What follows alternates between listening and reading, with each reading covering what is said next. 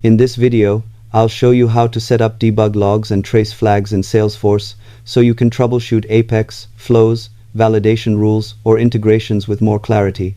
Start by clicking the gear icon and opening Setup, then search for debug logs in the quick find box. When you click New, you're creating a trace flag that tells Salesforce which user or automated process to monitor and for how long.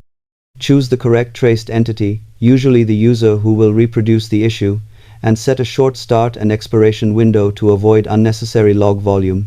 Next, select an appropriate debug level. Increasing verbosity for Apex or database can provide deeper insight, but large logs can hit size limits quickly, so adjust only the categories relevant to your issue.